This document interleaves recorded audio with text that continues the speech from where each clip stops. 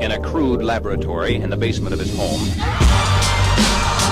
Hello, it's Mojo, the man, the myth, the Yeti, coming at you live from Mojo Studios, and we're here looking at this thing I built. Look, it is a furnace array, and it's a furnace array built for survival multiplayer. Specifically, it's a furnace array that's built to be shared. So, the idea is, come along here, pop in the stuff that you want to get smelted. Come on, get smelted. That's smelting away, and so you know which chest you've reserved, and so no one else comes along and steals your stuff, you pick the furnace key out of this dropper, and there you go. So the idea is, if you're a forgetful man, woman or yeti and you come back from your mining trip and you've forgotten which furnace you left your stuff in, you have a thing in your inventory which tells you which one it was, and then you come back, pop the key in, you pick up your gold, and you are good to go. Alright, so now, we have a rule here on the MojoBeast channel, which is, when there's a simple solution, you don't always have to go for the simple solution. You can go for the overkill solution. Yes, here it is. This is the Mark II. Let's pop that key out. Right. So, the way this works is, there's no fumbling about in droppers. If you want to reserve a furnace, just click the button in front of it. And you come in here, you put in your stuff. Where's my gold? Give me my gold. There's my gold. You come in here, you put in your gold to smelt, then you hit the button, and your furnace is automatically reserved, and you come over here to this dropper, and you stand on top of it. And there we go! Gives you exactly the key that you asked for.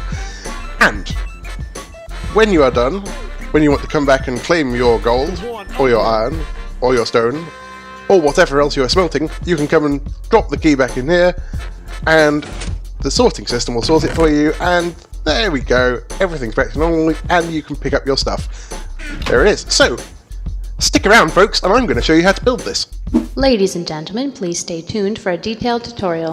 We're going to start by laying the foundations for our sorting system. So, you want to put down 4 of these shapes. They are basically little C shapes that are lying on their backs. And next up, you want to build 4 more of these shapes, set back by 1 and raised up by 1. And this is so the adjacent parts of your sorting system won't interfere with one another.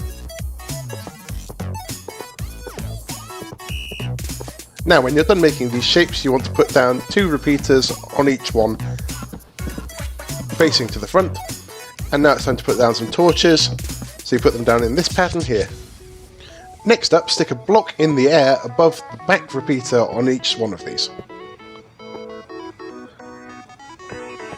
And what we're going to do now is we're going to put some redstone dust on both of the back 2 blocks. And once we're going to do that, we're going to put in some blocks to power the lower pieces of redstone from above. Now what we're going to do is put in some slabs in an L shape, and these are going to have the comparators sitting on them. And finally what we need to do is pop some solid blocks on those and take out the slabs underneath, so we've got alternating slabs and solid blocks. Next up, we're going to put in the hopper-dropper combinations that are going to store and feed the keys. So these are the droppers facing upwards, and you want to put in the hoppers facing into the side, and so those hoppers are going to sort out the keys and leave them in the droppers for you. Next up, put a row of iron blocks here, and we're going to take an output from these to show when there's a key in it using a comparator. Next up, stick in a row of blocks with the comparators facing into them, and torches on top to invert the signal from the comparators. Now, stick sticky pistons on top of each of these torches, and when you're done with that, pop whatever block you would like on top of here to cover up the front of your furnaces. Next, you want to take some blocks and pop a couple of droppers, one on top of the other, to form the mini item elevator that's going to spit out your key. Now put in some hoppers leading over to the sorting system. Now you want to make sure that you face these correctly so you don't get anything sorting in a weird way, but these should all be pointing into the side of one another. And then you want another row of hoppers, again all pointing into the side of one another above the droppers. Now what you want to do is bring your hopper chain out so it's level with the dropper, and that's going to be your key input. Now, build out a 3x3 area here, and you're going to build a simple comparator clock. So a comparator comes out of here, into a repeater goes into a block with a torch on top, and you fill in the rest with redstone. So that's going to activate the droppers whenever there are items in them. Now, the final thing we need is a mechanism to bring the input from the buttons down at the top down to activate the droppers. So put a line of blocks going here, and a line of redstone torches on them, which are going to activate the droppers above. Now, build out another line of blocks behind and below that, and a line of repeaters pointing into the back of those torches. Next, what you want to do is build a 3-high wall 1 block away, and once you're done with that, you're going to put a line of torches facing into those repeaters to activate them.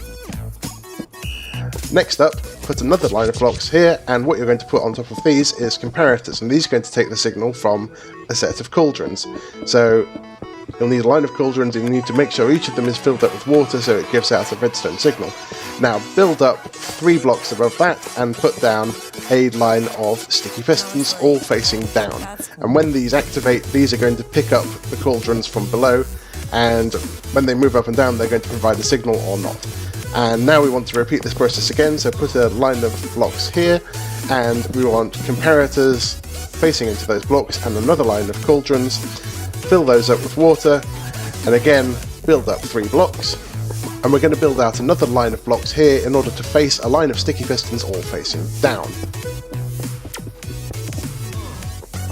And once you've done that, pick a building block that you want to see in your final build and place the buttons on top of them. Now when you press each of these, you'll see that the piston comes down and picks up the cauldron, so just press one of these each to prime them, and then they're good to go. Okay, so now we're going to build the furnace itself, so put a line of alternate chests and trap chests back here in order to receive the items from the furnaces. Stick a line of hoppers facing into them, and on top of that you want a line of furnaces.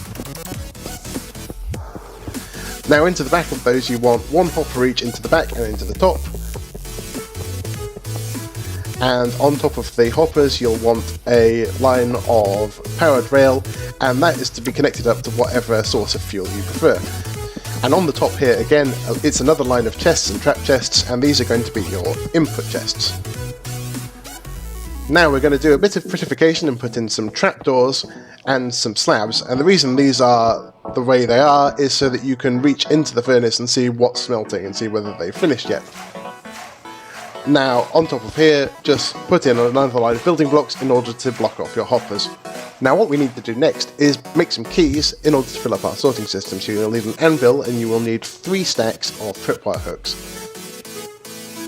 And what you need to do with these is you need to turn them into stacks of 24 items each, and we're going to name those one at a time. So the first one, you can name it whatever you like, but I'm calling it Furnace 1. The second one, again, Furnace 2, and we're going to carry on doing that. Now what you need to do is go around the back, pop out temporarily these 4 blocks, and you need to fill up each of these hoppers, and you'll see 2 of them will filter through. Those will filter through later when you put the block back. And you see once the ones are filtered through, it will activate the system. Next up, replace those 4 blocks and we should be good to go.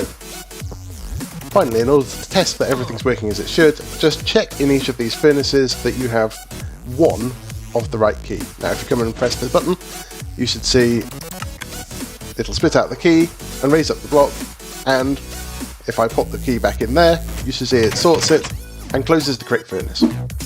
So there you have it, folks and folkesses, Alex's and Steve's.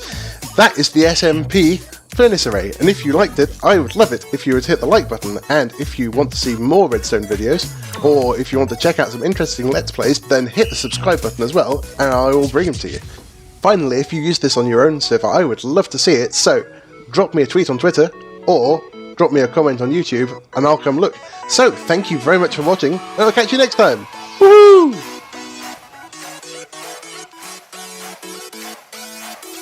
And I was like, that's cool.